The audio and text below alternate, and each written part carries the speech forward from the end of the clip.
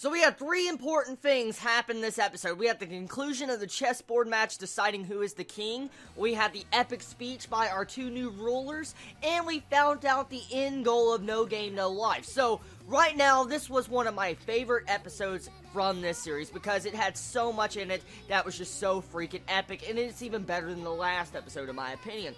So, let's talk about the beginning to the end. So, the first part, we get to see the conclusion of the chess match, and that was really awesome. I like how they did a historical value behind the entire chessboard match, because if a king suppresses their people and has tyranny and is like a dictator, the dictator will eventually be poisoned or assassinated because people do not like being controlled. And so, I like the entire moral value behind this chessboard match. It was really awesome, and I love the way it was displayed. It really fleshed out human nature in general in this episode, and I feel like that's why I love this entire beginning part, why it was just so freaking awesome. This entire chess match, even from the last episode, it was pretty much displaying human nature, the power of humans, of how they can overcome and how they don't like being controlled. So, that moves into the second part of the episode. The second part of the episode was an epic speech, a freaking epic speech by Sora. I loved it so much. The way he just described humans saying, we're weak, it doesn't matter, we will still overcome all, we have the wisdom to back up our inferior strength,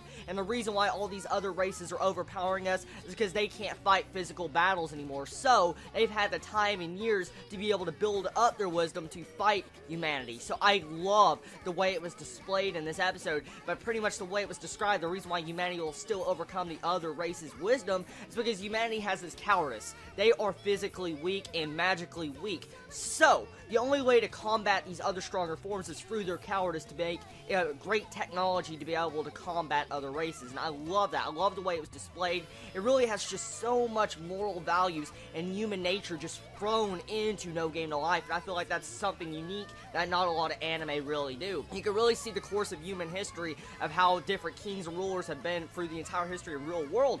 So I love the type of real world aspects that No Game, No Life brings to the table of this series. So, honestly, I love that so much. The speech was just, it was one of the best speeches I've seen from this anime season. Just the way it was displayed really just shows the type of character Sora and Shiro are, how they are willing to accept their weaknesses. Even though they are technically hikikomori and they don't want to go outside and talk with other people, they were still able to do a speech in front of the entire crowd to admit their weaknesses, and that's what makes them such a powerful character. I love these two characters, or Blank as one character, because they definitely have some type of chemistry that really makes this series just so fucking badass. Now, let's get on to the music and the epic animation once again.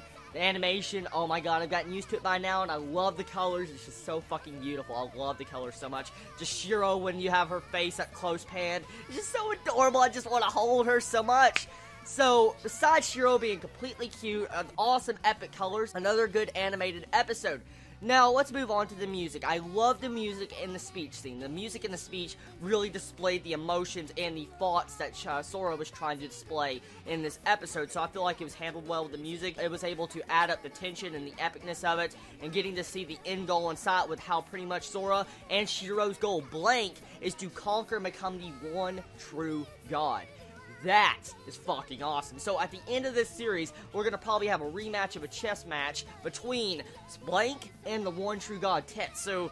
That is going to be so awesome. I cannot wait to see something like that because that's so epic. So at first we thought, you know, Sora and Shiro were going to conquer the entire world and become the dominant race. But now we know their end goal is even further than that. If they dominate all the races and they become number one, they can challenge the one true god. And I feel like that was good the way it was fleshed out in the series, and it makes me just interested to see the way it's going to be handled. I mean, are we going to have a rematch of chess? Or are we going to have something else? I don't know. But we clearly get to see the personality of Tetsu in this episode, how he pretty much doesn't like losing, how he's kind of like Blank, how he can't accept a lose and he wants a rematch. So for his dignity, he brought Sora and Shiro into his world to be able to fight them again, because he knows how great they are, that eventually you will have a rematch. So I like that. I like the display of personality. Also, we get to see the one true god show in this episode. I like the animation on the one true god. It's just so freaking awesome.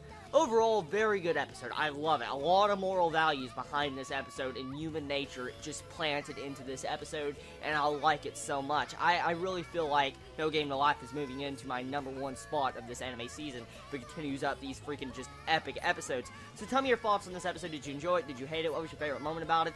And do you feel like No Game, No Life has a lot of moral values in it? Everybody, I love you so much. Please be safe, and Chibi out.